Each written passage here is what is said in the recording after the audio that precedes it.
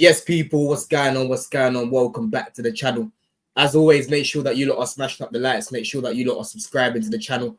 Make sure that you're subscribing to Goonie. Make sure that you're subscribing to Tom. I already know about Romz, man. Football Verbal, Twitter. You know what I'm saying? Big shameless guy like me on there as well, people. You know what I mean? What did you just call this derby? You called it the battle of the what? The battle of the crash outs. I'm not going to take credit for it. One of my boys said it earlier, but it's called the crash out derby because whoever loses will crash out, and if it's a draw, I think both fan bases will crash out. So yeah, 100%, man, 100%, bro. It's kind of feeling like a 6-pointer already, bro. Because you know Arsenal right now, it's very likely that they're probably going to beat West Ham. I know they haven't been good against West Ham at home recently, but listen, Liverpool haven't been playing well. And you guys, I can see, man, Tom doesn't look confident right now. Romz hasn't really been losing his head, but you, man, ain't really got that bass in your voice right now. We'll talk about that more. But same thing as us. Goonie will tell you the same thing, bro. Us as Chelsea fans right now, bro, we're just kind of going through the motions and just, we're watching our team because it's our team, but we're just like, it's hard to predict what Chelsea are going to turn up because we keep just fucking things up for ourselves, bro. You know what I mean? We're staying Goonie anyway, first of all, man. This guy ain't been on the channel in a sec.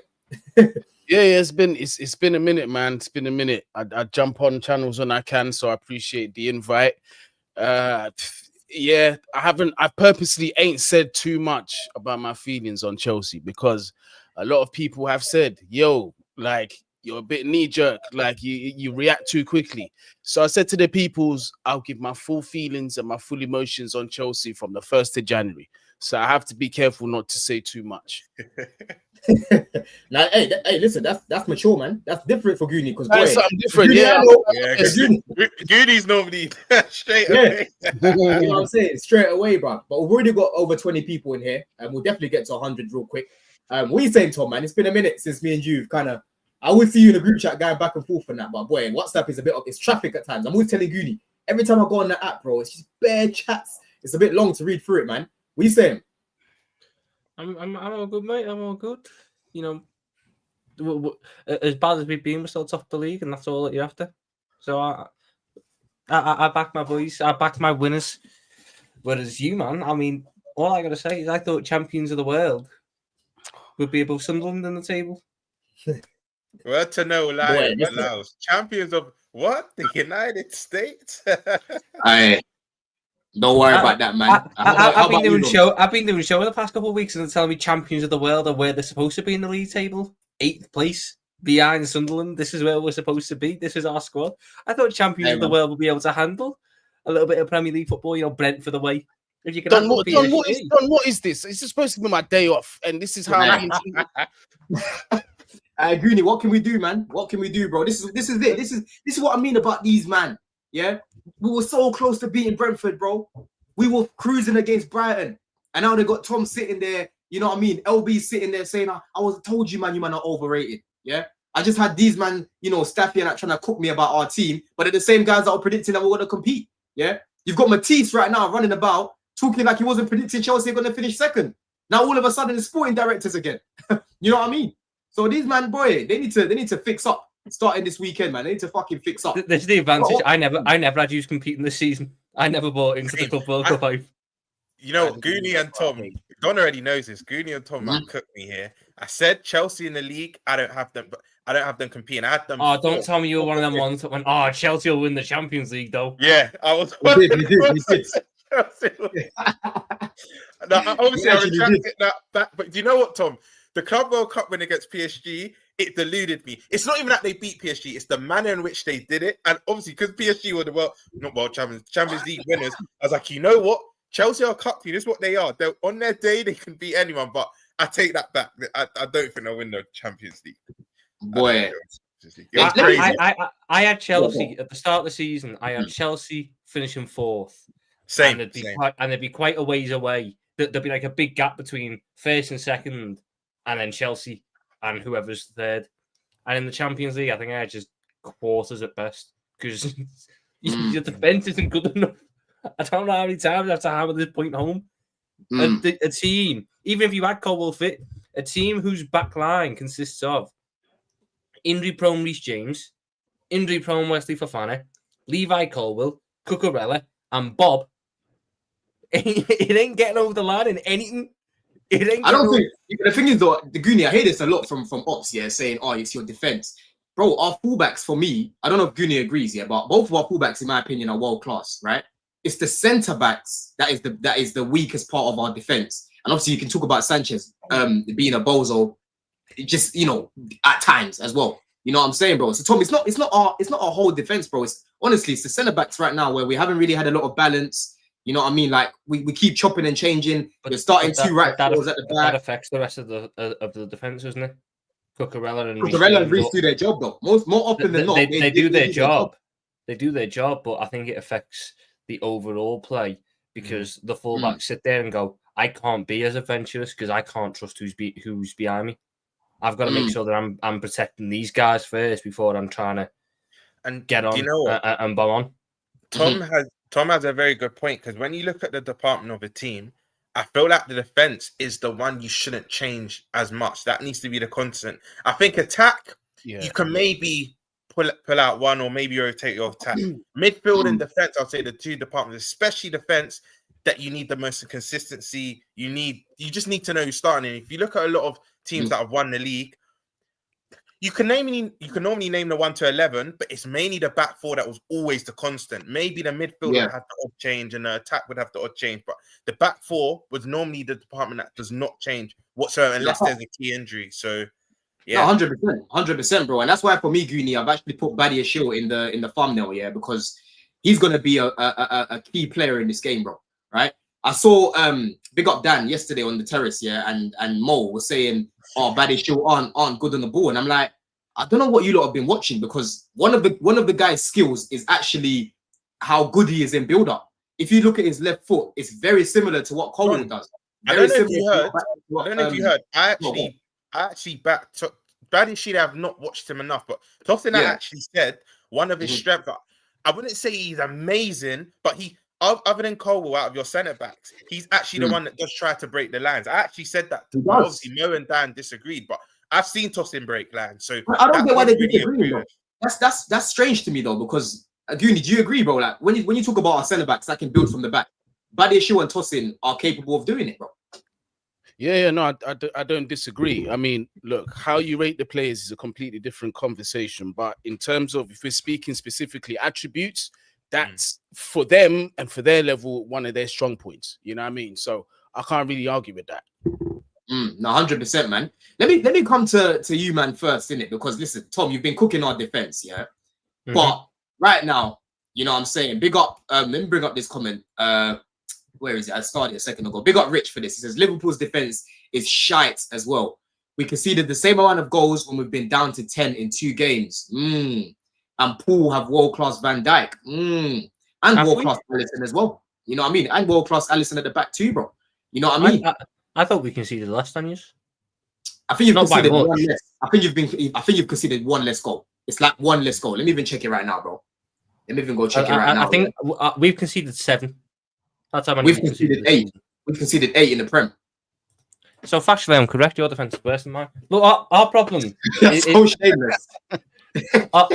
Our problem isn't that teams are cutting through us defensively. Our problem's that we can't build up. So if you have a good press, we're fucked. Because we have one player who can break lines, who plays regularly. The only other guy, the only other two, McAllister's out of form and Jones doesn't play enough. And when he does play, he gets put in the fucking 10 away from where he can do his best work.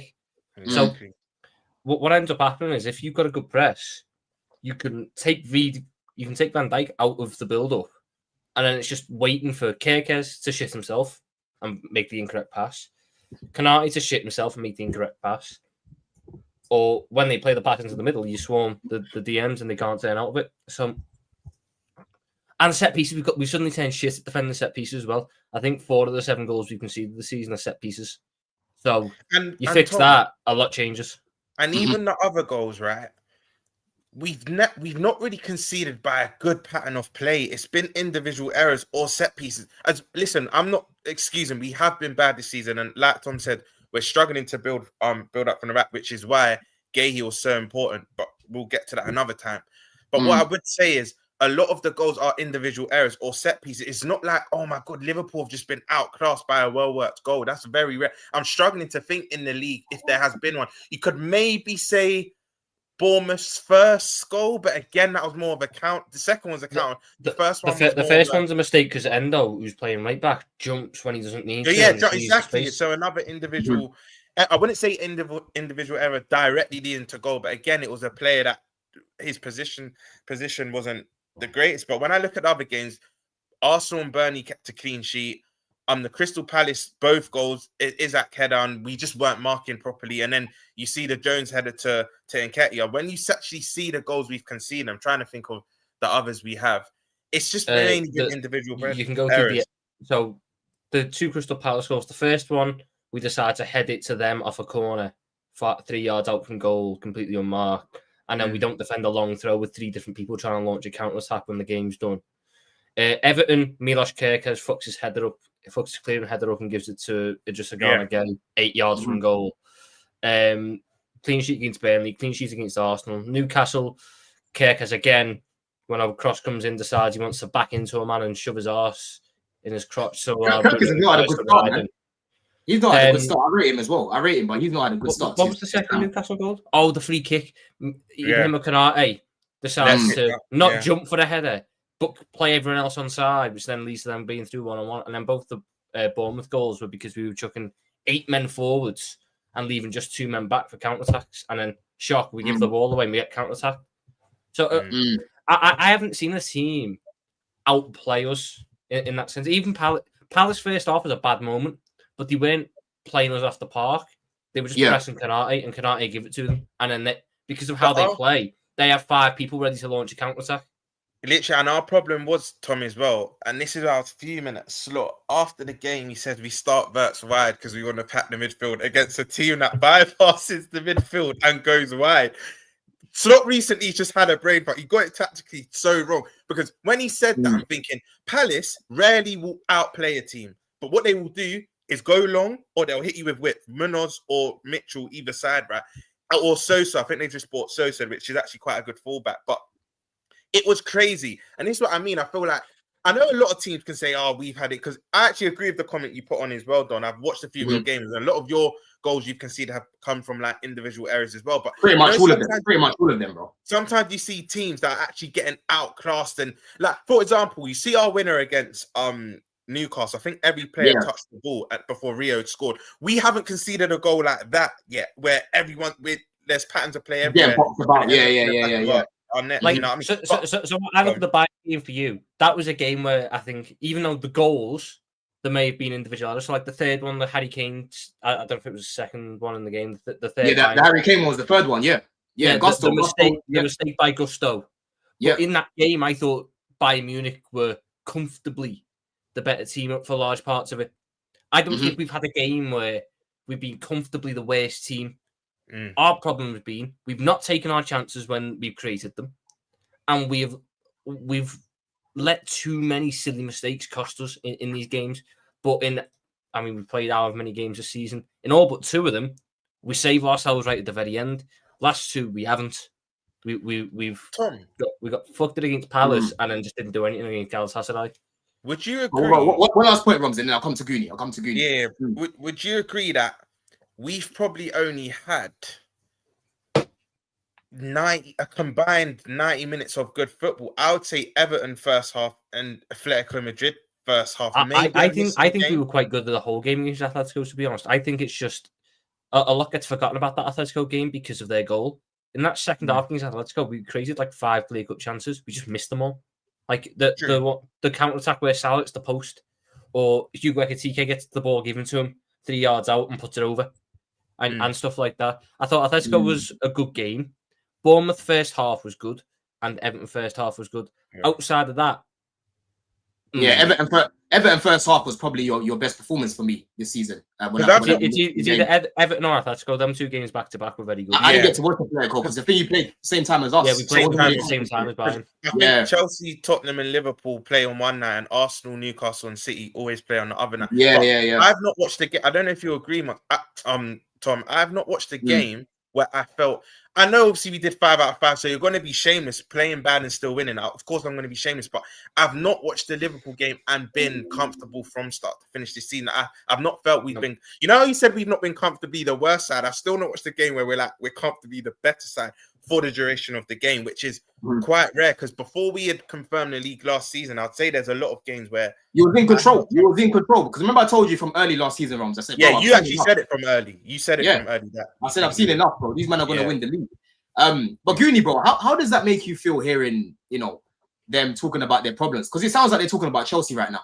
You know, individual mistakes. You know, not really being bopped through. Like, we're not really getting bopped right now. Like, we're going down to 10 men, which is making us look even worse, right? Tom said Bayern is the only game where they kind of look like they were in control. But those times in that game as well where we looked like we was on top of things. And for me, I reckon we probably come back in that game if we don't concede the third goal. I think that just killed the game, you know. But again, that was another mistake. But how are you feeling going into this game, Goody, man? Because we tend to play well against Liverpool, and they ain't beating us at the Bridge in like 5 years or something. Are we playing at Anfield or the Bridge? The Bridge, bro. Man's there. I'm there, bro. Okay, all right. Yeah. Look, these are the type of games, yeah. You see your Liverpools, your Man Cities, and that where we're expected to lose off the back of the form that we're in. These are the type of games where I think we actually do better in, and it's just the nature of the game, because these teams are not afraid to really, you know, attack, play high lines, and sometimes that can work in our favor. You know, whether we'll actually get a result against them, get 3 points, that's a completely different conversation altogether, because I don't know who's going to be available in terms of team selection. And one thing's for sure, Maresca's already confirmed that. Maresca's already confirmed it. He done a presser earlier.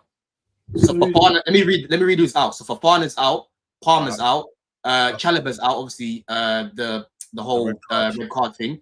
Tosin is out, yeah. Santos is out, Asugo's out, Delap's out. You know what I mean? So that's what, 7 players already. So what's our centre back choice gonna be then? Bro, it has to be Badiashile and Josh. What about Badiashile and Josh?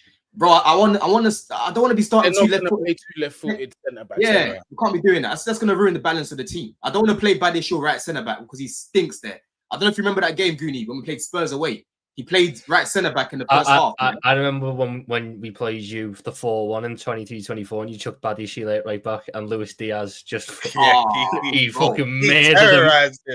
You see, Badiashile had a good game against Benfica, but he's hot and cold. What you don't want to do is put him in a position where he's not comfortable, because he will just lose his head. He looks so just sloppy at right centre back, bro. So it has to be Josh, and it has to be Badiashile, because for me that balance, Goonie, you've got Josh who is more of a ball carrier, like a Fofana, who'll get the ball and he'll carry it, right? And then Badiashile is more get his foot on the ball and just zip it through the lines. You know what I mean? He's very good at what Cole does, very similar to what Cole does. Cole might be the best at it, but Badiashile does similar things, bro, with the ball. No, yeah, I mean, I don't disagree. And just going back to what was being said earlier, I think, ironically, the Liverpool guys here, they alluded to it about their own team. I'd say 80% of our deficiencies have been our own mistakes. And this is what I've been saying for the last 2 seasons, is that the quality is not necessarily the issue, because I understand due to age, there is still time to develop for these players. It's the mental things, it's the composure, and it's the concentration that kills us, especially at the back. And unfortunately, it happens to be the most important triangle that there is for me in any football team: goalkeeper and 2 centre-backs. You see, once you've got that triangle not working in tandem, nothing's going to be successful for you. Absolutely not. And you know, I look back at some of my favorite managers and the things that they've said in the past, and the majority of them, including Alex Ferguson himself, he said the only way you're ever going to be competitive is if your goalkeeper and your 2 centre-backs are top level. That's the way that's the way you're going to be able to win and compete for everything. Sanchez, look, with him, it's funny because long term, I do not think he's the right solution for us. Absolutely not. However, there have been games, and there's games like this where he has saved us points. But at the same time, there's games like this where he has cost us points. And one of the games that I'm thinking about is Arsenal. We played very well against them in Stamford Bridge that season. I feel that we should have taken away 3 points. But him actually giving the assist to flipping Declan Rice, I believe it was, literally just throwing it was Rice. Yeah. It's foolish little patterns like that. Or the centre backs just not doing something as simple as taking a look over their shoulder and just being aware of what's behind them. You know what I mean? And then when you've got players like Salah, who is absolutely king at smelling weakness and understanding how to move into space, that's going to kill you. Our defense has to be on point, every single one of them. I'm not worried about the fullbacks because, like you said, right? I believe our players, our fullbacks are operating at a world-class level right now. Reece James, I believe, is an elite right back. For me, I'm going to say best in the world. I don't care what anybody else has to say. Cucurella, if he continues down the same path by the end of this season, I'm going to put my hand on my chest and say, all right, now we've got a world-class left back. You know, it takes. I think it's proven it already. Yeah, you're talking about the Euros. Don't forget the Euros. I don't blame you. I understand, but I like to give certain time before I give certain titles, and he's definitely well within his way to become that for me. He definitely is. He's like 5% left to do for him to achieve that. But it's all about concentration. Even just looking up top, we're gonna miss Cole Palmer big time, but I still think we've got enough to worry Liverpool. I'm not gonna lie to you. Again, I don't feel it's not as cut and dry for me as to say like we're going into this game off the form we're in and we're just gonna lose. I don't feel that, bro. But I don't feel with chest that I'm gonna sit here and say we're gonna take 3 points off Liverpool. We're just in that situation right now where I just feel like I know what the team is capable of on our day, but I'm just waiting for us to show it. So I'm kind of in limbo right now. For me to have for any game, it's difficult. It's not easy. 100%. I'm in the exact same zone. You couldn't have articulated it better, bro. Yeah, and the good thing that you mentioned there as well, Goonie, and that I've been speaking about as well, regardless of the injuries right now, which is obviously a factor, right? People struggle to comprehend this. I'm not saying that we've been losing the games because of our injuries. We're obviously a stronger team with the likes of Delap and Palmer and these guys. But I'm with Goonie. Right now, we still have enough to be putting out a balanced team. I don't want to be seeing George up top. There's politics there clearly with what's going on with Guiu and these sort of things. But since things like this, I don't want to be seeing that. I don't want to be seeing Enzo in the 10 because he's not that good in that position, right? I don't want to be seeing these things. I don't want to be seeing Badia Shield playing at right centre back, right? So as much as, yes, we've got a deflated squad, again, like you've said, Greedy, we've still got players in the team like João Pedro, Esteval. Again, I'm going to come to you, Tom. You know, Esteval is the player that I've put in the thumbnail because the past 2 games, Greedy, before you even come in, the past 2 games, he's had to come off because we get red cards. Against United, he couldn't show what he could do because he comes off early. Against Brighton, he was all right in the first half. Again, he comes off early because we get another red. So we haven't even really got to see man actually get a real rhythm, bro. That was, bro. You're gonna take the words out of my mouth because for me, in this game, what I'm looking at, for us to get the most success, I was literally gonna say, you see that right side. If we start Esteval and Reece James on that side, it's gonna be a big problem for them. That much I can put hand on. You know what? It's crazy that you mentioned that because I was saying on the terrace yesterday, right? There's 2 things Slot needs to do here, and I'll be interested because I think, Tom, you joined the stream a bit late, but I don't know if you joined while we were speaking about this, right? There's 2 things for me Slot has to do. In my opinion, I start Robertson. That's what I would say. I start Robertson so he doesn't go up bomb forward as much. Second thing is, in Kirk's better games, he's not gone forward as much. So the Arsenal game, he didn't go forward as much. He had to kind of combat the Madueke threat, you could call it, and even the Everton game. I think they're 2 of his probably best games this season, right? I think either Robbo has to start, or if Kirkes does start, he can't go gung-ho. But I know it's within his nature to go forward, and he is, let's be honest, in my opinion, Frimpong and him are more wing backs. Even before we signed either of them, I've said they're not really your traditional fullbacks. For me, they're more wing backs. And I'll even later on in the stream, I'll even speak about going to a back 3. I don't know if Tom agrees with that, but I'll speak about that a bit later.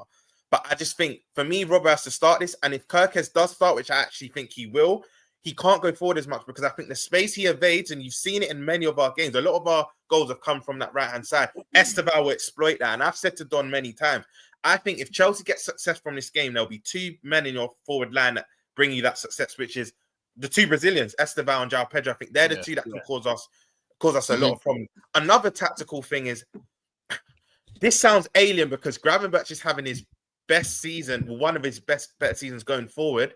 But you heard what he said after the Everton game. They said, "Oh, what's the change this season?" He said Arnslot has said to him he has more license to go forward. I think for this game in isolation, I don't really want him evaded. I don't really want him going forward too tough because if you saw last season, the things under Slot, right? We played with under Klopp. Sorry, we kind of played with a 6 Fabinho that can do 2-man's jobs. We kind of played that lone 6, and you have a Henderson and Ronaldo that kind of evade space. I think one of the things last season, we've kind of had 2 players in Gravenberch and McAllister that were that defensive blanket. So Bosley would press with the gap post, Salah and Diaz, but you'll kind of have 2 that protect the back 4. This season, we've kind of left. Gravenberch has kind of joined that. McAllister not having a good season, but because you've had Wirtz now, that's naturally an offensive player. Gravenberch has joined that, and it's kind of left a big hole. Yeah, it's kind of left a hole in that position. And I just think for this game, especially if Lavia starts and he's one of the best in the first phase. Look, I wanted him ahead of Caicedo when we want, Don. I wanted Lavia ahead of Caicedo. I think he's phenomenal, but he just can't really stay fit. But especially if you start Lavia, I don't want Gravenberch going forward as much. And I know that sounds alien because they're like, hold on, he scored against Newcastle, he scored against Everton, he's having one of his best starts to a season. But I think that could be problems for us. So I do want, as much as I think we'll have more of the ball, I don't think you'll see a lot of the ball. I do want the Kirkes, the Gravenberch to be a bit more conservative in this game because if we do go forward, I think you can hurt us. I genuinely think you can. Yeah. I see it a completely different way. I think that. Yeah. I think that you need to bring one of the DMs. In my mind, the way I have it, I'm starting Curtis Jones. You know what? As you're doing that, Tommy, I was gonna go through your lineups in a sec. Let's quickly go through some of the super chats here, and then we'll go through your lineup in a sec. Because you look right now, it sounds like you've got different setup in what you would do there. So we'll go through that in a second, yeah. But like Mustafa says, we've got 48 likes, people, nearly 200 people in the house. Make sure that you lot are smashing up the likes, man. Big up Jogo Bonito. He says, man, I ain't taking someone like Tom serious who rates Wirtz over Palmer.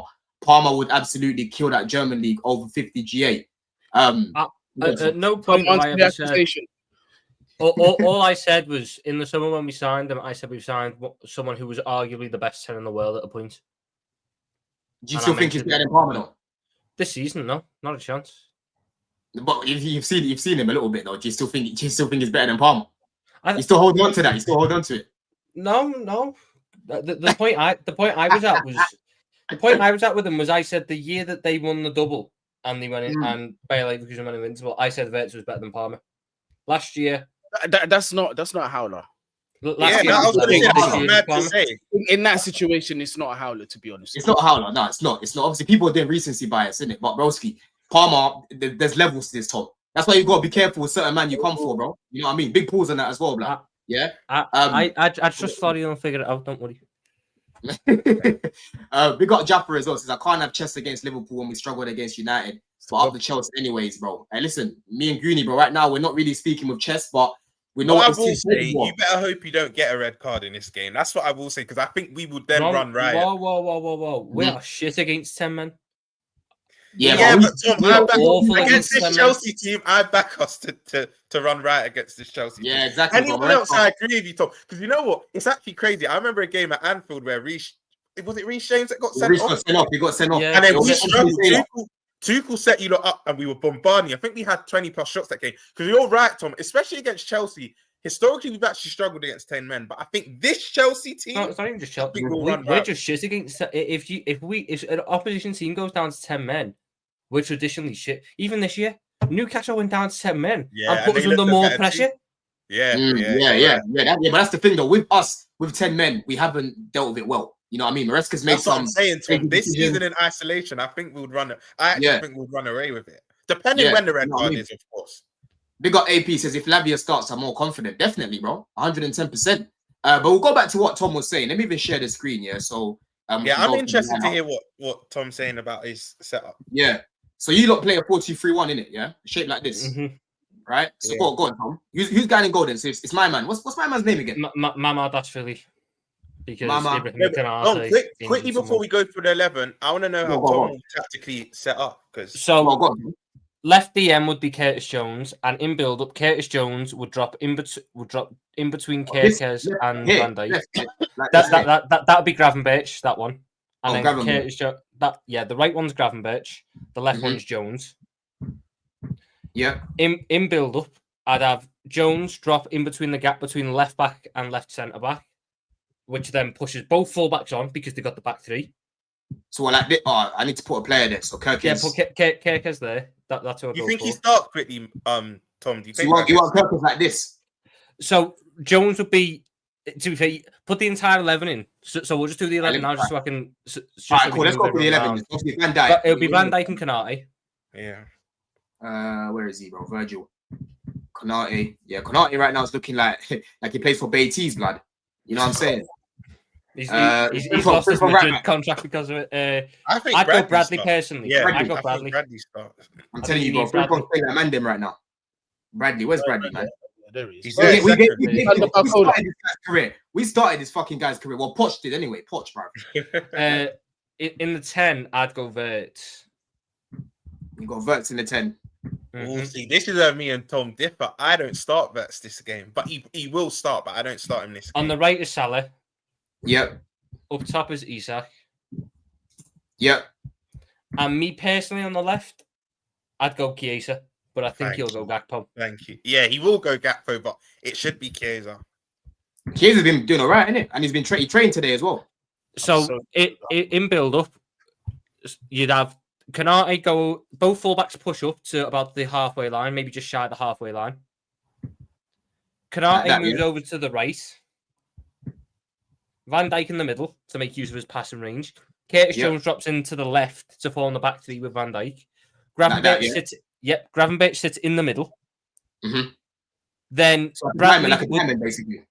Effectively, yeah, but Bradley's a lot more narrower, so Salah can stay wider. So the point is, Bradley's underlapping runs are there to take away whoever plays on the left from tracking Salah as we give the ball to him. We need to leave Salah 1v1 against Cucurella because that's how we create most of our chances when Salah's 1v1 with.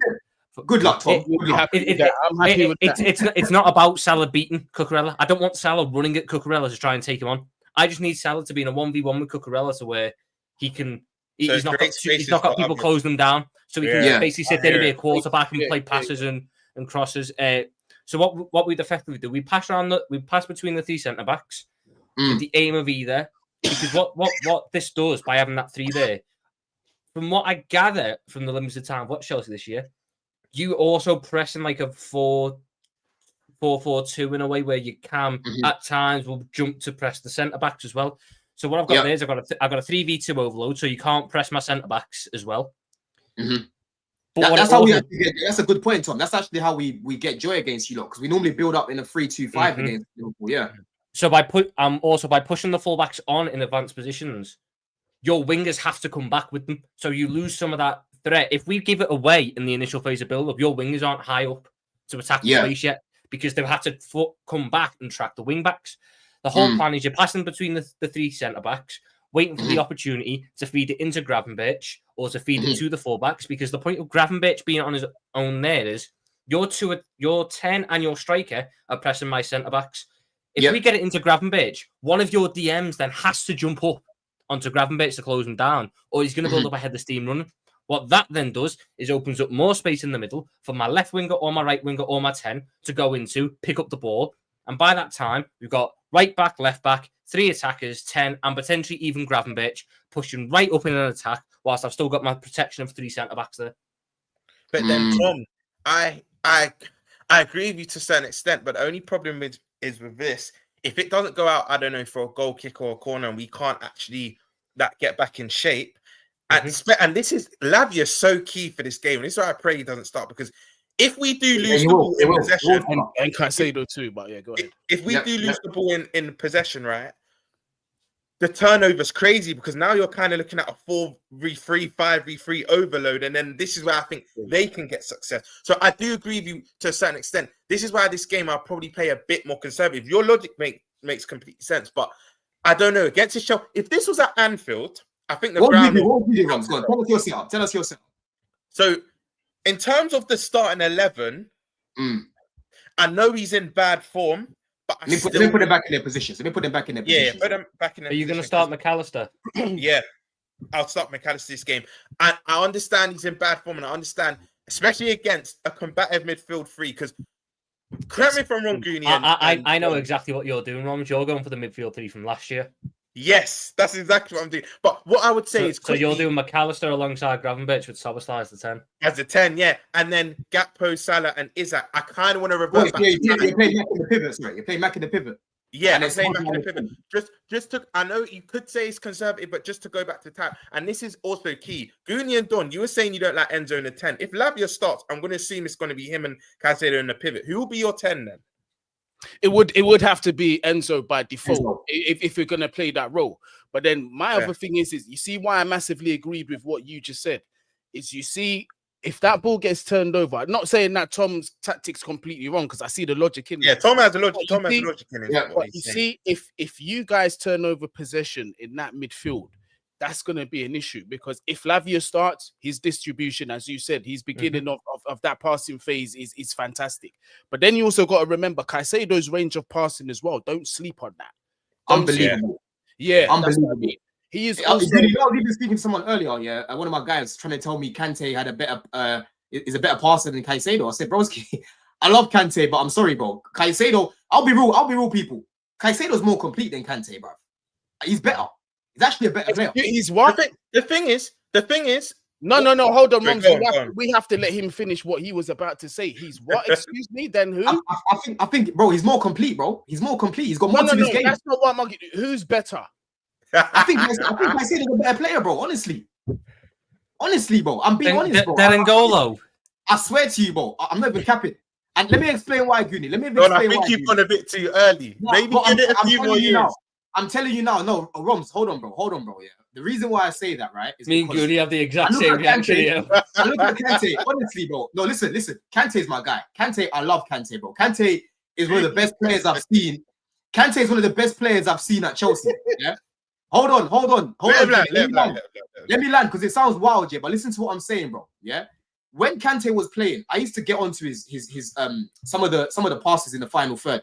He used to break down a lot of our attacks at times with his passing, whether it was like in terms of the weight of pass, you know what I mean? I don't think his passing range was great. The main thing that Kante was good at was winning the ball back, right? Being obviously energy on the pitch, and on top of that, his ball carrying, bro. And he had tech on the ball as well. But in terms of Caicedo, I think Caicedo has more to his game in terms of his passing range, right? I think they win the ball back very similar. I think Caicedo's a very good ball winner, just like Kante was, right? I think Caicedo has a better strike on him as well, blood, in front of goal. You know what I mean? I think he's more creative than Kante. I just think overall, Caicedo has more to his game than Kante. That doesn't mean Kante was dead, of course. I'm just saying that when I'm looking at both of them, I honestly believe Caicedo has a higher ceiling. I think he's got a higher ceiling, bro. You know what I'm saying? So Kante, I love him as my guy, but I'll be real. I just think Caicedo has more to his game, Goonie, man. I'm sorry, bro. I didn't think I would see it. I didn't think I would see better than Kante, but I am. I am, bro.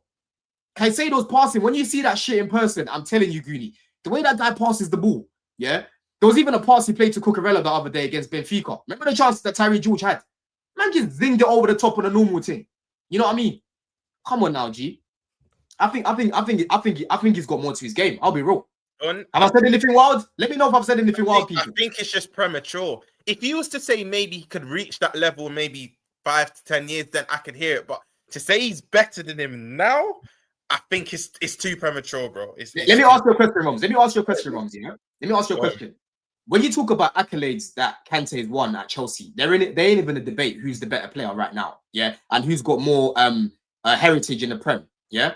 But if Caicedo was to go to Liverpool right now and was, performing the way that he is, there'll be uncomfortable conversations being had, right, about certain things because he's actually got a Prem to his name. You know what I'm saying? And you're looking at the trophies that my man can win. When Caicedo's done and dusted at Chelsea, I'm telling you, bro, many people are going to be putting him above Kante, bro. And that's nothing against Kante. Nothing against Kante. I'm just saying, when I'm watching both of them. That's my point. That's my point. I don't think you can, no. 1 minute, Tom. More to his game, man. 1 minute, Tom. Key word, when he's done. I think to say it, I think you just need to wait and see if this one. To say that now, Don, I don't know. I just think it's too. I think it's too early. Yeah, listen, people can say it's too early, but I'm sorry. I've watched enough of both of them. People need to remember I'm a Chelsea fan, bro. I've watched enough of both of them, more than enough games. Yeah, both of them live as well. I know when I can see a player who's got more to their game, bro. For me, Caicedo has more to his game. I'm sorry.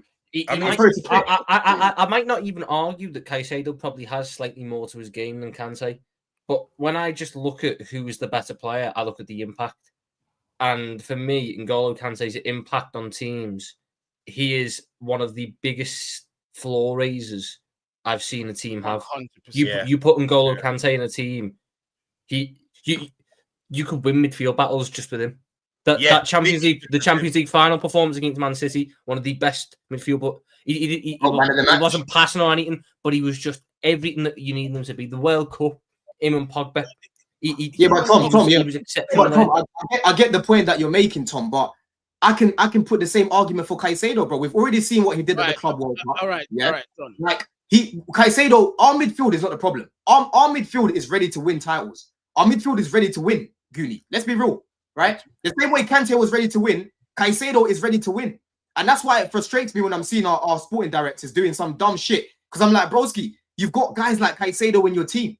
It goes back to what I used to say about Kante as well. I used to defend Kante, bro. Look at the bullshit that Abramovich put around him. Yeah, he put some nonsense around Kante. Kante and Hazard, they should have won a lot more at Chelsea, but they didn't because of the recruitment. Yeah, and it's the same thing as Caicedo. Caicedo could go into Arsenal right now and help them win the league and be a key player. Caicedo could go to Liverpool right now and win the league with Liverpool. Caicedo goes to Man City and absolutely transforms that midfield. Right, so it's the same logic. It's the same logic here. It's just the team. It's the team that I'm looking at right now. Caicedo is more than ready to be winning, bro. More than ready. I want Goonie to go. Go on, Goonie. Go on. Honestly, I was going to respectfully request that we continue this Liverpool Chelsea review because my brain is a little triggered. But at the same time, look, I want to be fair. I want to be fair because otherwise, if I disagree with everything you say, it's just an agenda. Look, in terms of who's got more bows to their string and what they can do like more roundedly, I can give you Caicedo. But in terms of specialists who does their job that they're asked to do more effectively, for me, it's N'Golo Kante, and it's by a country mile.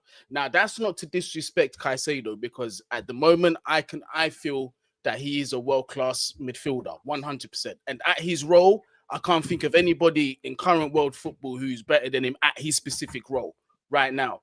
But you see with Kante, for me, what edges it is quite, like Tom said, he did it at Leicester, he did it at Chelsea, he did it at France, and he was a key player in all three of those teams. If you had removed N'Golo Kante for any one of those three teams, none of them win the trophy. Yeah, of course not. But that's the thing. I'm not one disrespecting him. I'm not one disrespecting. But you see where I've got to give Caicedo a benefit of the doubt is the fact that he is only 23, 24 years old. So the remainder of his career is yet. That's why I said wait. Yeah, I agree. But we can have conversations about who we think the better player is. But if you talk about who's had a better career, there's no debate about who had the better career, bro. Like Caicedo's still got a long way to go to say he's had a better career than Kante. I'm just looking at them individually as players. When I look at them, Don, I do agree with you. Is as much as obviously Kante's won more than Caicedo, I've had this argument in other debates with other players. I don't like when people use trophies to quantify one's ability. That's not necessarily fair because we can name hundreds of players that have won trophies over other players, but you just know the player with less trophies or maybe even no trophies are better than said player. For example, Harry Kane, before he'd won, he's still getting his Bundesliga disregarded and whatnot, because I get it, they would win it without him. But when he was at Spurs and had won no trophies, you can't tell me just because there's other nines that have won trophies over him that they're the better nine. Do you know what I mean? So that's why I've always thought that saying a player is better than another player just due to trophies, I think is very disingenuous. It doesn't quantify one's ability. Exactly. But I'm just judging them individually. Go on, Goonie. Let's move on in a second. Go on. But that's not entirely what I'm saying, because then you can say things like I don't know who's in 2005, for example, when you guys won the Champions League, you could say, you know, one of the subs is not going to be as effective as a Steven Gerrard or whatever, because it's not true. There are players that have different impacts at a different level in the team.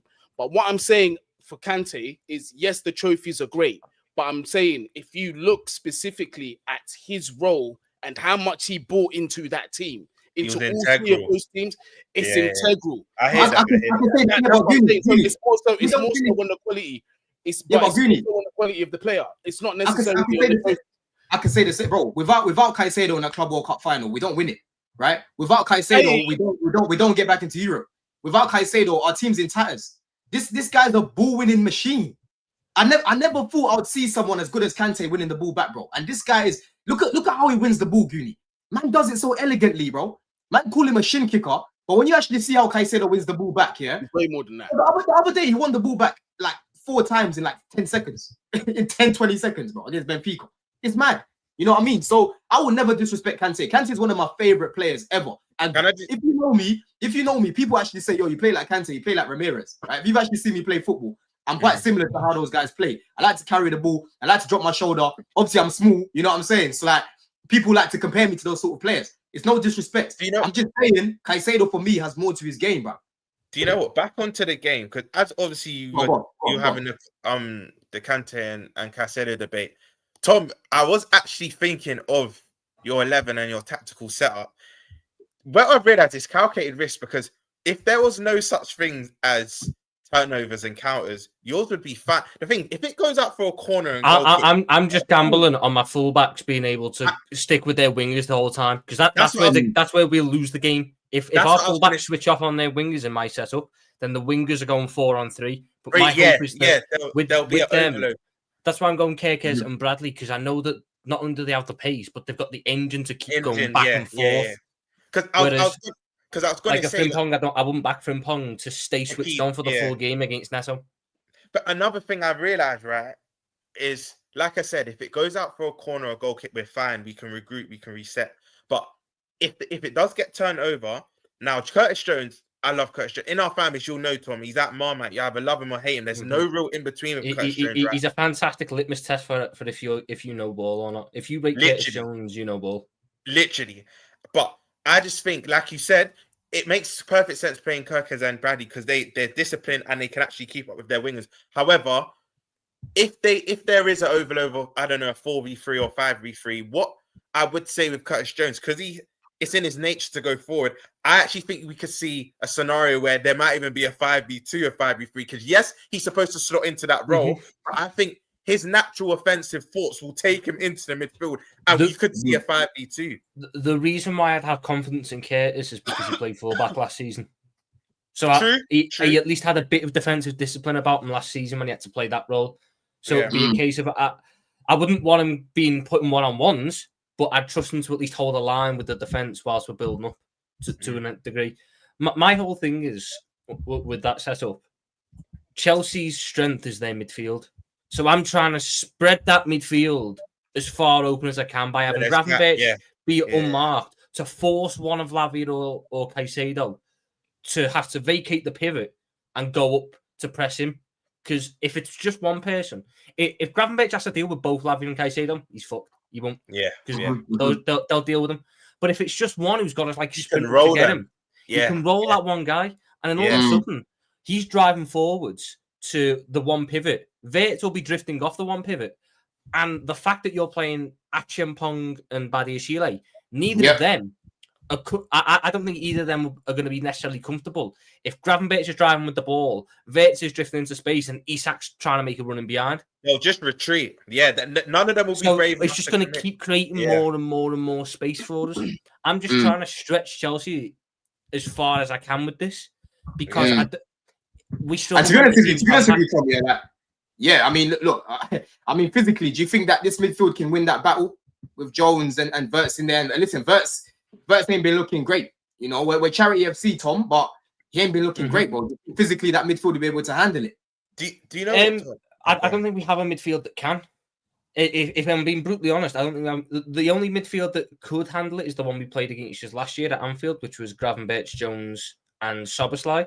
Yeah, Wirtz isn't as good as Szoboszlai, But I'm also going to this game going, I'm not trying to win the ball in the midfield. I've got to win it high up, or I've got to win it at my defence. I'm not going to win it in the midfield, and if I try and win it in the midfield, I'm just going to open myself up to too many gaps. For you want Chelsea want us to try and press them in the midfield because that's where the strength is. This is where we're kind of fucked on because one of our biggest problems this season as well has been pressing from the front. Because Isaac, you could say he's not 100% fit, but even for Newcastle, even when Isaac is fit, he's not the greatest of pressers. Salah's slowing down. Gakpo's not. The thing is, Gakpo's an intelligent presser, but he's not a quick press. It's kind of may rest in peace. It's like Jota. Jota wasn't the quickest presser, but he's very intelligent. He might bend his run, or he might dictate where the ball's going to go. Gakpo's too obsessed at the minute with tracking his right back all the way back, rather than pressing to the centre back. But that's where we're fucked because we not only that. I agree with that. Not only I don't think we have a midfield three that's equipped to deal with their midfield three. We're also not pressing from the front. So, listen, it's going to be a very. I do think though that a lot of the pressing from the front thing has come from the Crystal Palace game. We set up the complete wrong way there. I think a front four of Vert, Isak, Gakpo, Salah is a decent. It's serviceable as a press, especially if you jump and commit a Gravenberch to that press, or you jump and commit a Jones to that press. Tom? It's actually good you say that because I know obviously rivals get the laughs in 160 million. You didn't get him for cardio, but one thing Bertz has been very good at doing, he doesn't stop running. He's a very good presser. The only other thing that I could think of us doing, the only other thing, and it's a massive gamble.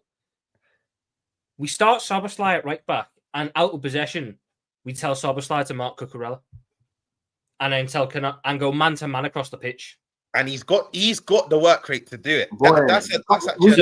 So it'd be like Szoboszlai jumps all the way up onto Cucurella. Kante takes whoever's on the left, so it'd be Neto. Van Dijk takes Joao Pedro. Caicedo takes Estevao. Gravenberch takes Enzo. Jones takes Caicedo. Verts takes Lavia. Isak and Salah take the two centre backs, and Gakpo takes Reece James at right back, and we just go man to man and back ourselves. You might beat us in a couple of positions, but we go for the rest. Don't forget that we build in a free. We're most likely going to build in a free again. Or if we don't build in a free, actually, no. We definitely will because I don't see Cucurella leaving Salah. Because the moment you give Salah that space, that's what he wants. This comes on to my next question. Do you think, I agree with you, I don't think Cucurella will invert or whatnot. Can you see James inverting a lot in this game? I don't think he will have the ball. I think a lot of in some phases, I don't know about a lot. I don't want to see him invert too much now either. Yeah, to be honest with you. Before we go through our lineup, this is what I wanted to ask you as well, real quick. I'm sure we'll do it on your line. Yeah. Is Maresca going to do that stupid thing he does where he puts Malo Gusto right back and Reece James in midfield? I bloody hope. He does. He better not. He better fucking not, bro. Because that's just it's so easy to play through. Oh, bro, it's easy to play against because when Reece is playing in the midfield, he's more just to keep the game ticking. He doesn't really break many lines. He's just kind of he's a good guy to bring off the bench in midfield if you're seeing out a win because he brings that experience, he brings that calmness. Lavia will get the ball and just find that little hole. He'll play it. You know what I mean? You'll see Enzo between the lines. He'll play it. You know what I'm saying? Do you know what would be stupid about if he does that as well, Tom? And Goonie and Don and all the Chelsea fans would agree. The reason why Gusto had such a good, I think it was 23-24. The reason why he had such a good season before last, because when Palmer's out wide, he naturally goes in, so you have that overlap. If you're playing Estevao, that's, let's be honest, more of a touchline winger anyway. It's a car crash. They're just going to be invading each other's space. And that's why Gusto had such a bad season last season, because again, Maresca tried to do the touchline wingers thing. That's just invaded. That's why the bad season because he's been inverted. He was being inverted. Gusto should be enough for central space. It would also be the most obscene matchup if we can isolate the fullbacks on our wingers, because all we would do is we would just give it to Salah, give Salah half a yard of space, whip it to the back post, and we'll just get the 6'4" Gakpo against Malo Gusto in the air. Yeah. Or even across, even Isaac on Josh. Like, it's kind of a miss. Yeah. Like, Reece James at least has the physicality to match a Gakpo if it comes in from across. Malo Gusto doesn't. I think Reece will start the game. He didn't start against Benfica, so I reckon he starts, man. He usually starts against Liverpool anyway. So I reckon he starts the game. He actually normally has a good game against us. He rarely has a bad game. So Bro, yeah, he does well, man. He does well. Goonie, who's the person that you're looking at, or the people you're looking at in this team that's scary right now, man? Because when you go through that lineup, Konate right now, like I said, he looks like he's playing, playing in Hackney Marshes right now, bro. Again, Gravenberch is looking good in the midfield, but again, for me, I see him more as Szoboszlai will be in this, Don, by the way. I know you chopped and changed, but Szoboszlai will be in this 11. Yeah, he'll probably start. And then Isak is another one, Goonie, that always scores against Chelsea, bro. He loves to score against Chelsea.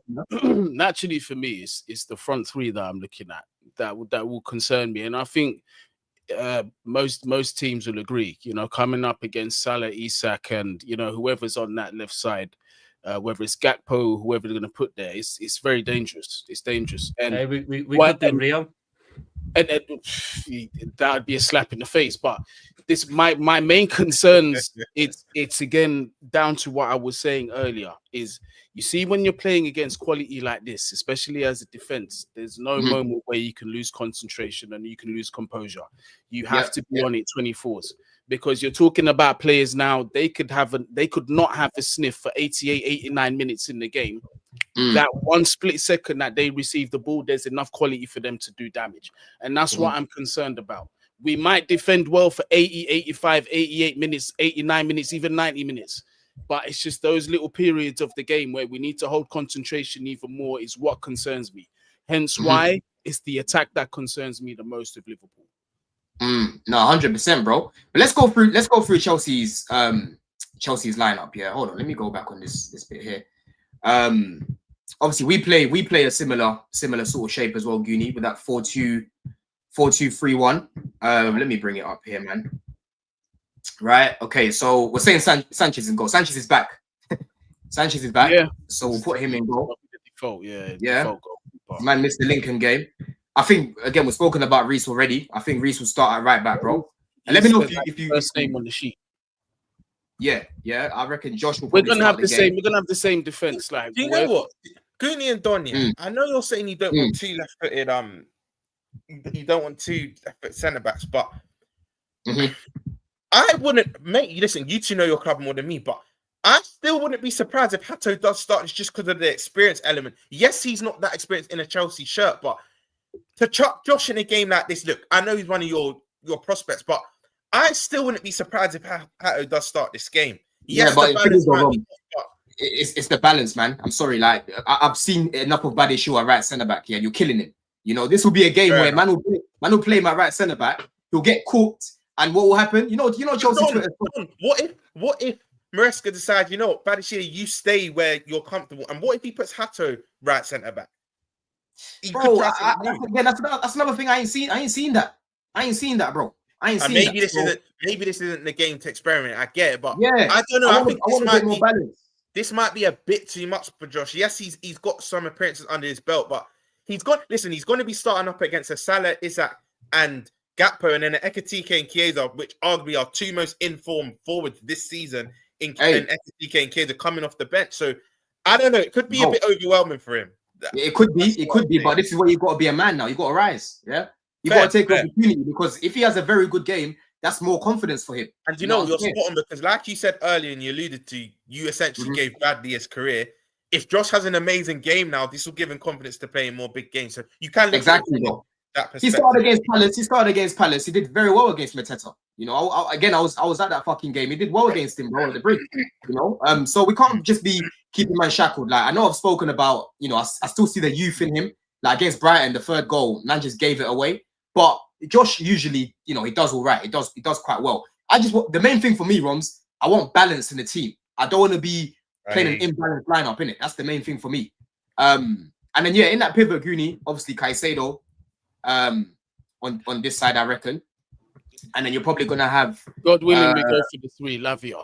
Yeah. I think Lavia starts the game for me. He came on against Brighton, and he didn't come on last game, so I reckon we're saving him. Enzo, I don't like Enzo in the 10, but I wouldn't even start him in the 10, but considering he's one of the leaders in the team, he's gonna start there. Do you know what I mean?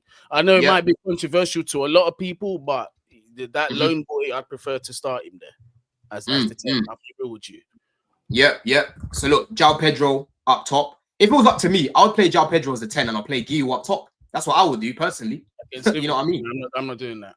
I'm very happy that the lap isn't fit because the lap would have caused Kante problems. Oh yes, yeah, 100%. That's exactly why I would have started Gil, Goonie, because I think he would actually give the centre back something to think about. João Pedro runs away, bro. He runs away from up top. He doesn't like staying up there. You'll see João Pedro here. You see João Pedro here, and then when he comes here, all the centre backs do, they just step forward. Yeah, they step forward. Now the midfielders are over here. Yeah, so they're a bit closer to the centre backs, and it gets long. One of my worries, Tom, is that Kante is going to follow João Pedro and leave Virgil isolated. I can see it a few times this game already. That won't be what we do.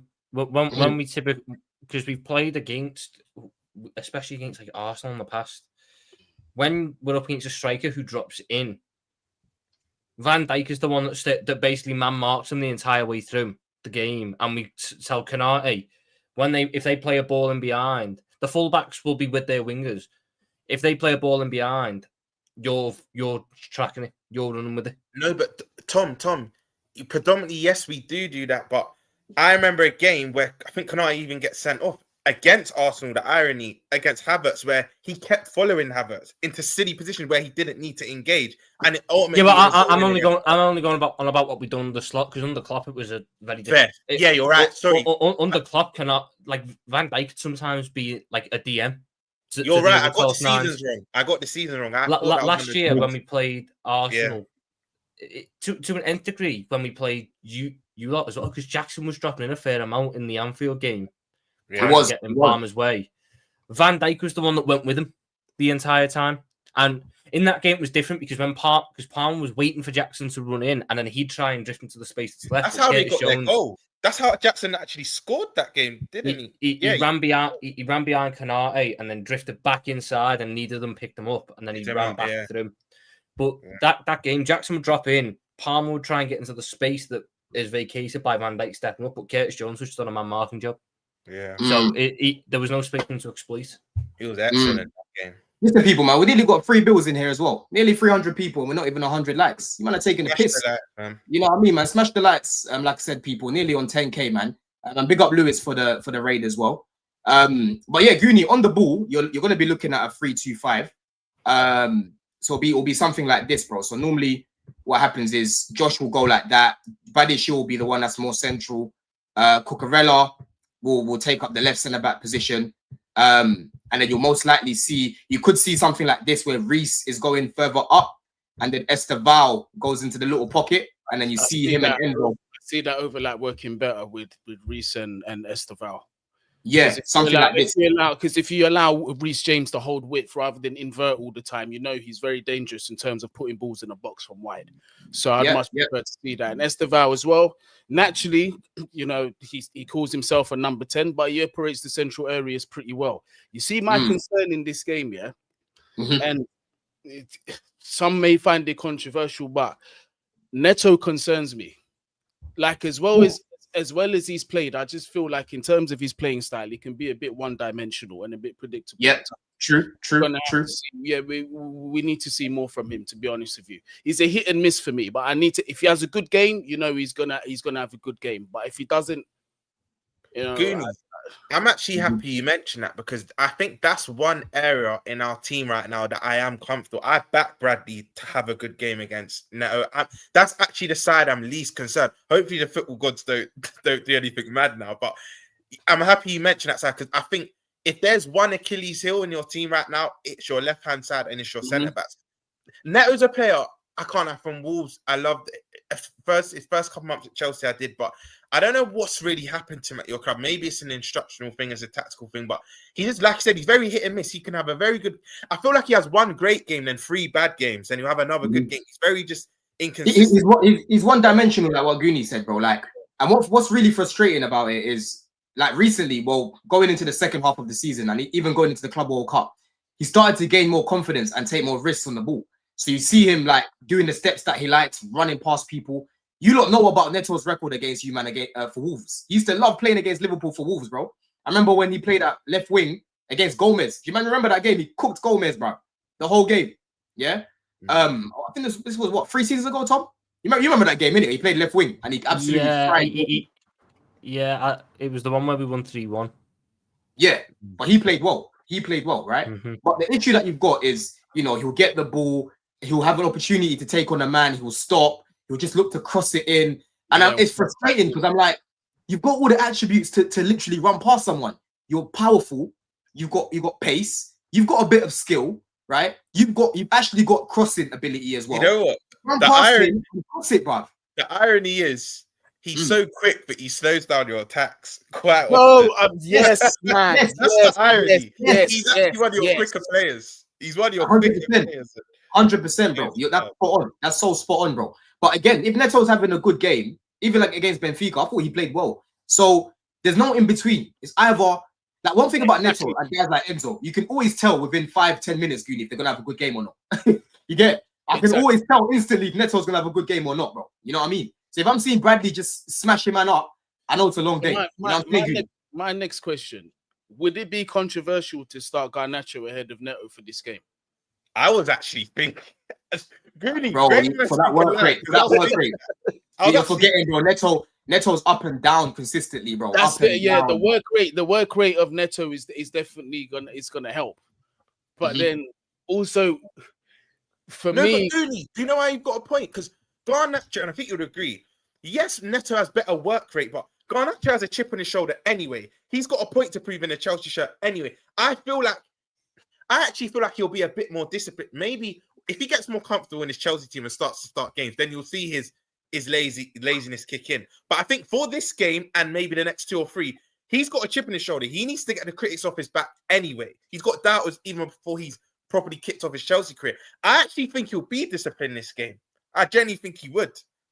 Not that I rate the player, by the way, but I'm just saying. I would much rather come up against Garnacho than Neto. Exactly, bro. For this game, look, Don, you know I'm not a biggest fan, but for this game, I'm actually with Gooney. I don't rate Garnacho, by the way, but for this game in isolation, I see where Gooney's going with this. I think Neto gives what you're doing there is going, I'm going to gamble on Neto having a bad game because Garnacho's best is better than Neto's bad. I'd just rather not gamble on Neto having a good game because then we're fucked. Yeah, Neto, bro. Listen, he hasn't had a great start to the season, but in terms of his start at Chelsea and what we saw second half of the season, he was one of our better players. And Club World Cup, he's one of the reasons why we even won it in the end. He started off on fire, bro.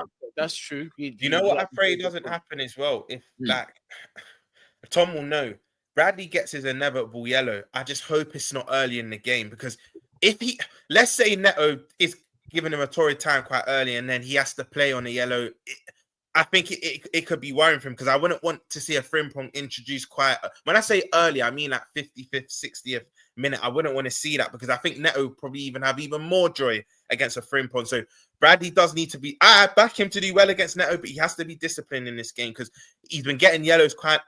When I say quite early, maybe just before the second half or early into the second half. Yeah. But yeah, that's an interesting lineup, man. I like this dynamic. Gooney, I don't know if you've noticed, Reece is actually overlapping more.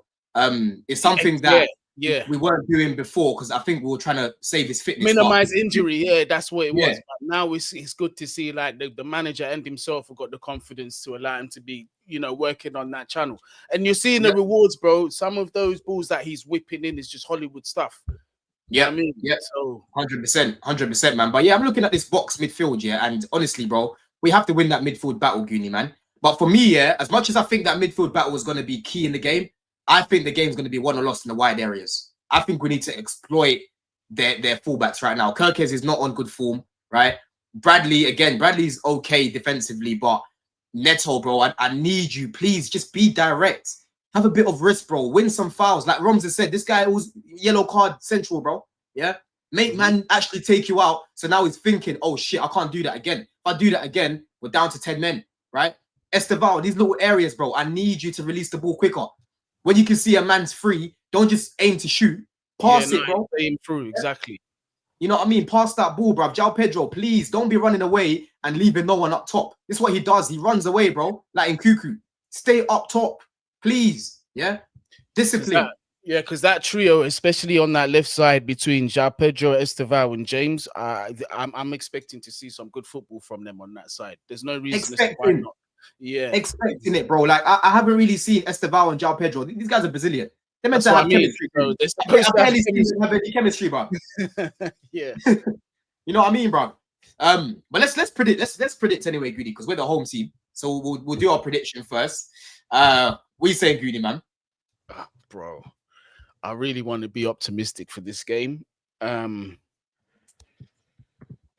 I want to, you know what? I want to say 2-2. And that's optimistic. I want to say 2-2, just based on the current form that we've been in. It's not been great, but I'm just hoping if we can keep bloody 11 men on the pitch, yeah, that would be fucking nice, Chelsea. You know what I mean? If we can do that, then 2-2. I'll say 2-2. 2-2 Chelsea, yeah? Boy, I'm saying 2-1 Chelsea. I'm saying 2-1 Chelsea, man. A little bit of hopium there, but fair enough. Yeah, I've just got a feeling, man. How about you, Tom? 3-1 Liverpool. Bloody hell. 3-1. Who's your goal scorers? Who's your goal scorers? Salah, Isak, and just for shits and giggles, Rio off the bench. Please, I love that. I was about to say, don't say Rio, please. Hey, fuck off, man. Hey, that one, I'm telling you, bro. The thing is, I swear, I dare you let Rio score, bro. I dare you let this guy score, man. I dare you, man, let him score. I dare you, man, he's defo celebrating as well. Yeah, he definitely is. I know he will. I know he will. And naturally, I will be at the bridge, man. How about you, Romz? Prediction, bro? I've thought this for the last couple of days. I'm going to stick with it. I'm going to go 3-2. I think this is goals good. I think we all predicted quite a few goals, but I don't think this is the customary 0-0 or 1-1. I think there's goals in this. Both defenses aren't particularly at it. But yeah, I think this is a Premier League classic. We do concede like we've been doing all season, but I think we'll have enough. We just have a bit more quality to get over the line. So I think 3-2. I'm going Isak Brace. I think Isak really kicks his Liverpool career off this game. I'm going to go Isak. I think he's going to lean on Josh. He always scores against us. Let's be honest, he always scores against everyone. Like all of the top six, when he was at Newcastle, he was scoring against everyone. Let's be honest. True. I think he'll lean on Josh. I think Badiashile will have. I actually think he'll have a decent game. I know everyone's saying, "Oh, Chelsea centre backs," but I think it's Josh that will make the mistake. And look, he is young, and hopefully your fan base won't be on him too much. But I think he will make the mistakes this game, and Isak will expose them. So yeah, I'm going 3-2 Liverpool. Green, who you say for goal scorers? Well, for us, again, I'm going to be optimistic.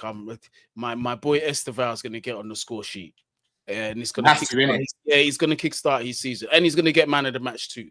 João Pedro as well. I think the Brazilians are both going to score. I think they'll both score. And I think one of Liverpool's goals come from a penalty. Because I just don't trust our concentration, bro. I just fully don't. And PJML are our brothers. They always have our backs. So remember I said to you, Romz, on Midday Live, yeah, after the whole Josh King thing, I said we're gonna be getting done dirty now, yeah, week after week after week. Yeah, we're not getting a decision again.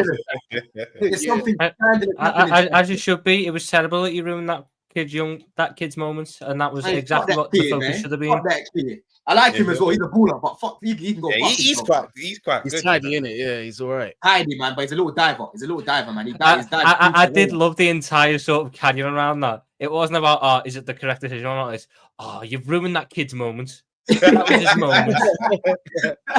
You know what I mean? Come on now, man. But let's finish up on these super chats, people. Still over 300 people here as well. Over 100 likes. Let's try and get to 150 before we finish up, man. In fact, let's get to 200 quickly, man. Everyone just smash up the likes quickly. Quickly, Dom, big up Robert in the chat. He agrees with me. He even said he thinks Hato will be in your starting 11 as well. Bro, listen, I rebuke it. Yeah, I rebuke it. I don't want to be seeing that. I'm telling you now, Robert, go remind yourself for that first half. Badiashile against Spurs, right centre-back. When he moved to left centre-back second half, he was much better. He's not. No. He's saying Hato the other side, like what I was saying. Keep Badiashile left on that right side. Yeah, man. I don't know about that. I ain't seen it, so I can't really talk about it. Big up Jogo Bonito again. It says Romz Estevao is more of a 10 inside forward rather than that winger. He likes to come inside to the midfield every time. He doesn't go byline like Neto. Yeah, it's true. That is true, actually. So maybe him and Gusto could. Yeah, that's a fair point. But that's why I was saying. That's why I was saying. I don't want to see Reece inverting because Estevao naturally is more of a central attacking player. So Reece is naturally better when he's coming off that right hand side. So that's what you would prefer. So that's the balance that you're looking at on that side. Yep, 100%, bro. And then where else have we got another one here? Got one more. They got AP says, Don, do you think Palmer has more to his game than Hazard? I don't. Of course not, bro. Of course Hazard has more to his game. Of course Hazard has more to his game. But the thing is, I don't think it's honestly, bro, I don't think it's a wild take. Like, I've still got receipts of me getting onto Kante's end product at times. Like, people need to go remind themselves. I remember it like it was yesterday. I was old enough to remember watching Kante from Leicester to when he came Chels. And I love Kante, bro. No one can tell me I'm trying to disrespect him. I'm just judging them as individuals. And for me, this is just my opinion. Personally, I think Caicedo has more to his game than him. That's it. That's it. That's it. Romz actually put a spanner in the works. I didn't actually ask you this when you were doing your 11s. I know you're trying to wrap up, but would you play free at the back? Free? No. What? And then the wing backs? Nah, man. That's what we don't do that. We don't like that shape, bro. We tried that against United. We tried it against Brighton. We concede more like that. That's the irony of it. The more defenders we put at the back, Goonie, the more we tend to concede. It's fucking weird. It's fucking weird, bro. But big up anyway, man. It's been a solid preview. I know we went on a little bit of a side debate, and maybe we can even talk about it in the international break, Goonie. You know what I'm saying? Because people think I'm talking about their career. There's no debate about who's had a better career. Just look at them as individuals, please. Just judge them as individuals, and you will see what I'm saying. I'm telling you, bro. But Tom, have you got anything coming up, bro? No, I am the most inconsistent person going, so I would not want to waste anyone's time by suggesting that I'm going to have something coming up just to let them down. Yeah. All right, man. Big up yourself, man. Goonie, how about you, man? Your YouTube right now is dormant. Yeah, man. It's quiet. You just, like I said, I'm a bit of a mercenary. You'll find me on different people's channels, different platforms. You know what I mean? So it's always good to talk football. It's just when I got the time, man. That's it. Today you caught me on a good day. I decided to take a day off of work today, so I'm here. So just follow. If anything, just follow me on Twitter. Like Don, just have my Twitter link down there. That's all that's needed, man. Nice and simple. Big up, man. These not raided just as we're finishing up, so I'm gonna have to raid Big Six Pants people. So yeah, make sure that you lot put up a little Don raid in Big Six Pants as well. Because I think is it Romz? Not Romz, sorry. Mont has gone live with Rants. I can see the thumbnail. It looks like Rants. So yeah, make sure that you lot put a little Don raid in there as well, people. How about you, Romz? You got anything going on, bro? No, but we have dropped. We actually I wasn't in the video, but we actually did the best individual Prem season. It actually dropped yesterday on the Football Verbal channel, so that was an interesting one. You know, even myself, I've not even watched it yet, so I'm gonna look in. But you lot go for the Verbal, and yeah, the best ranking, the best individual Prem seasons, man. It should be an interesting one. But the boys. We know who two of the top three are, so. Well, make sure, man. But yeah, you could argue each of the top three is a Liverpool player. Yeah, what's that? Suarez 13-14. Yeah. Salah last year. The greatest individual striker seasons in the Prem. Yeah, as one of the greatest individual seasons. I think one of the greatest individual forward seasons. Yeah. As an individual. Costa has to be there. Costa has to be there for his debut, bro. His debut season. Man even won the league. Suarez 13-14. Highest level that I think a striker's played at in the Premier League. Salah last year. Haaland keep going. Haaland 22-23 and Ronaldo 07-08. Update what you just named, Tom, and the other two. Bro, they Costa, have to be 14-15 as well, bro. Costa the fact that I hate to 09 to 10. Hold on. I hate to be the one to say this, but it is absolutely criminal unless you are age restricted. It's absolutely criminal that Thierry Henry's name has come out of nobody's mouth. Because as much as I bloody hate and despise that club, that guy for me is the best striker I will ever see in the Premier League. I'm sorry. My only problem is I was 2 when that season happened, so I didn't. All right, fair enough. So you have the. Hold on. What do you mean, man? Said Costa? Wait, hold on. What do you mean, man? Said Costa? Did you see what Costa was doing in his first year at Chelsea? Did you see why we won the league, broski? What are you talking about? Like, it's only Palmer that's beating my man's record for. Do you know what crazy, Don? That's your last win at Anfield with a crowd. It was that season. Costa terrorized us. It was a 2-1 win. Man said Costa. Mitch, how old are you, bro? Tell us, please. I don't think you're past 25 if you're saying what am I doing. Costa in that season was unbelievable. The fact is though, Salah can be Two of the seasons out the top 5 easily. I reckon he would be. I actually need to watch it because these are only released yesterday. But I'm gonna look in. That's some good content, man. 17-18's getting forgotten about now. That man got 60 GA in a season for the Liverpool team that was regularly starting Lovren and Clavan. I think they've done it strictly Prem, so I don't know if it's all even Prem. That's 43 GA in 36. Yeah, you're right. Mm-hmm. Even Hasselbank in his first season, bro. I'm taking it back a little bit. This guy was on smoke, innit? This guy don't get the ratings because he ain't got trophies like that, man. That's the problem. Are you guys going just purely on numbers? So just GA? Do you know what? I mean, I don't even know. It's a fact. It's not the be all end all, but I think it's a fact because Salah that year was also just brilliant to watch. I actually need to ask them what the criteria was, Goody. But obviously, they would break it down at the start of the video. Yeah. I was just going off of best individual striker seasons. I remember that Suarez one like yesterday, bro. That's the season. That Suarez one is just. Was that with the hat trick? Was that the hat trick season that he did? Yeah, that's the one where he got like the 4 against Norwich, and each of them was a. That's the one. I'll be honest, Tom. That's the best. I know some people argue Gerald, but that's the best player season whatever I've seen for my club. I couldn't believe what I was watching. It was crazy. He took that Arsenal game at home is the best performance I've ever seen from anyone without scoring a goal. That's the one where like the corner comes in and he's 30 yards out and just decides fuck it, flick up, volley off the post.